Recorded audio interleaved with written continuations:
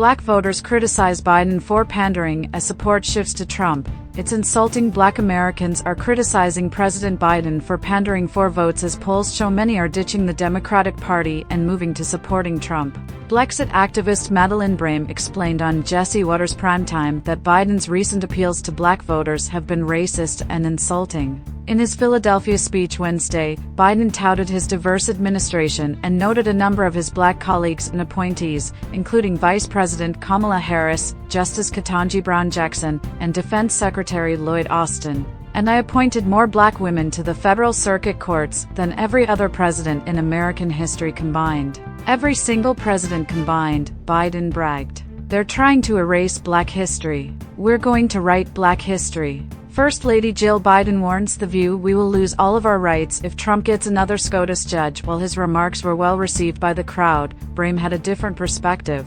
Every other word to come out of his mouth, black this, black that, black this, black that, like the only reason why we made these so-called accomplishments is because of the color of our skin, has nothing to do with our intellect, has nothing to do with the merits of nothing. It's only because we're black that these things are happening. He is so insulting, she said. But the Biden campaign believes they're not to blame for their poor approval. Biden campaign communications director Michael Tyler told CNN that they are the only campaign actively and aggressively reaching out to black voters, and that media coverage is the failing factor.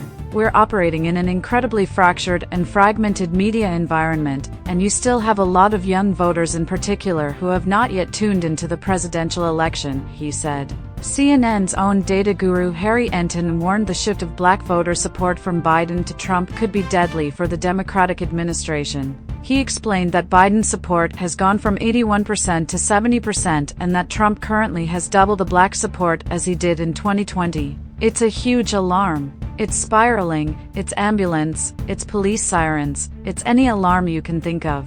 That should be what's going off on the Democratic side," Enton said. Charlemagne the God also made headlines this week for refusing to back Biden, even when pressed by hosts of The View.